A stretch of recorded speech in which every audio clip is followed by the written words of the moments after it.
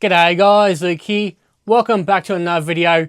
In today's video guys, we are checking out some of the more common injuries reptiles sustain in captivity. The first injury we are going to look at first is back injuries. Unfortunately, I do see this from time to time. Can range from a few different things, from a bit of the furniture landing on the animal, or the animal climbing up something and has fallen and unfortunately is landed on its back. As one more common way is for new reptile owners not knowing how to handle their animal properly. So unfortunately, some people might pick them up a certain way, carry them a certain way, and unfortunately, if you injure the back, then your reptile may not be friendly towards you again.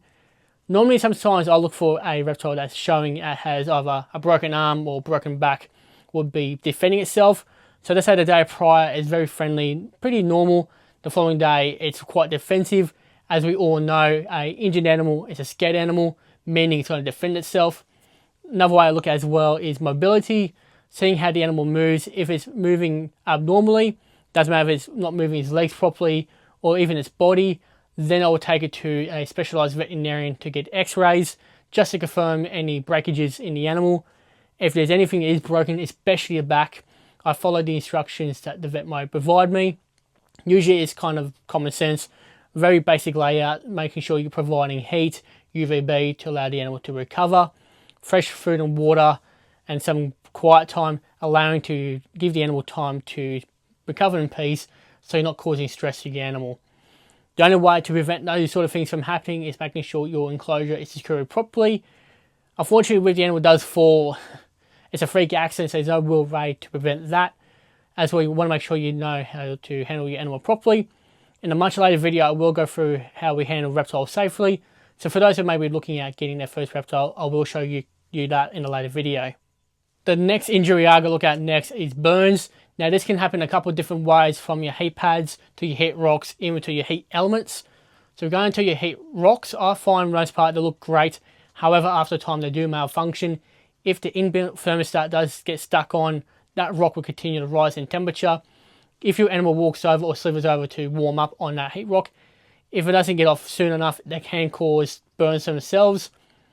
Heat mats is another way that can get burnt is by electrocution burns.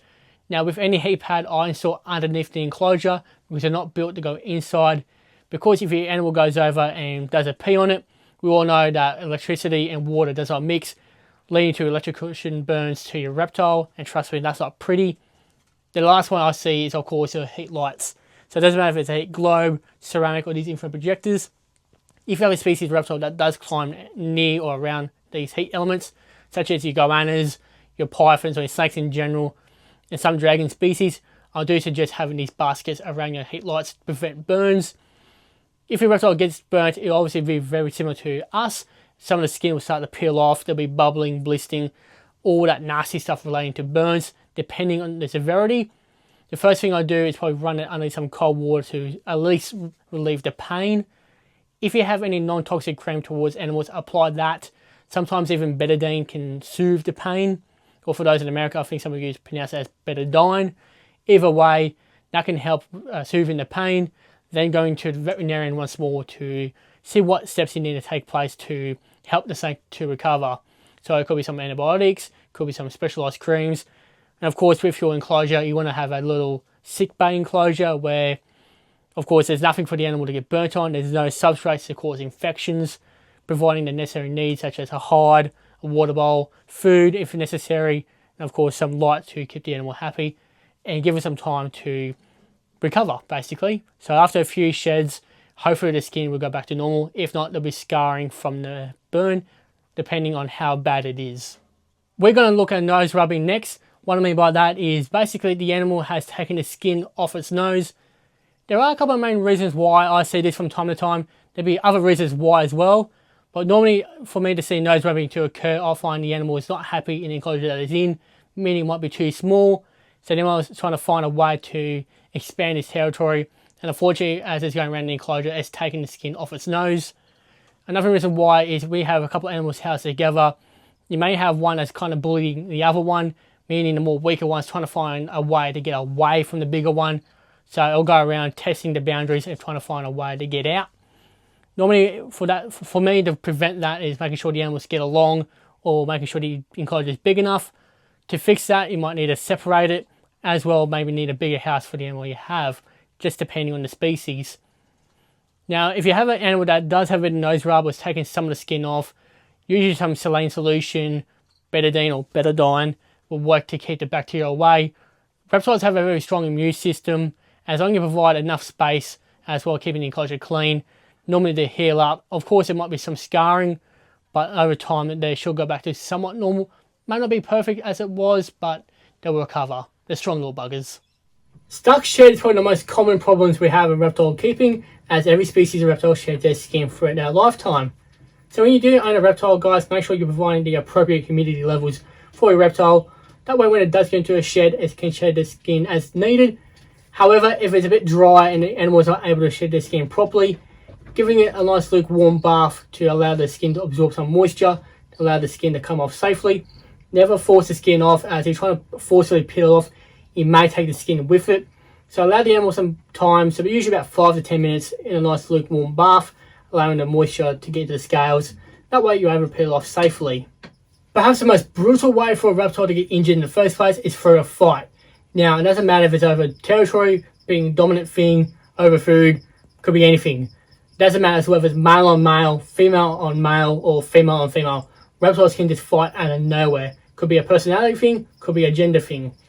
Now, the best way to prevent any reptile from fighting is separating them all. House them all on their own, then you never have to worry about them fighting.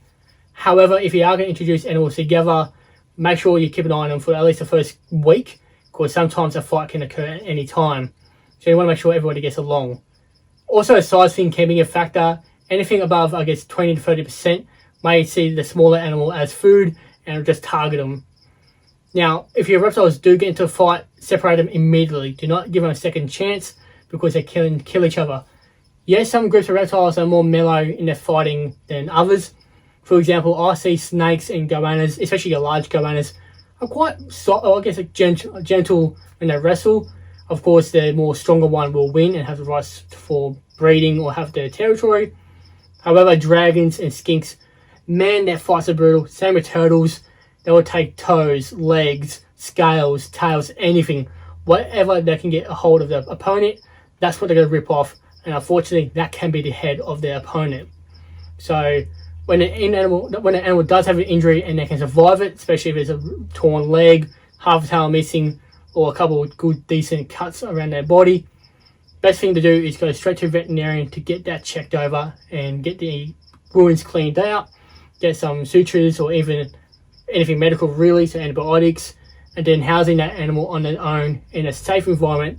That way they can recover in peace, as sometimes in a fight it can be the most stressful time for them, as they know that it can be weakened because of that fight. That will be it for today's video, guys. I hope you enjoyed it. Hopefully some of you guys learned a thing or two on what can happen in the reptile world. Now, this will also be the last episode on illnesses and injuries for reptiles. Unless I get a few more suggested in the comments, I may make part 6, depending on what happens. But anyway, guys, thank you all for watching. I'll see you all in the next video.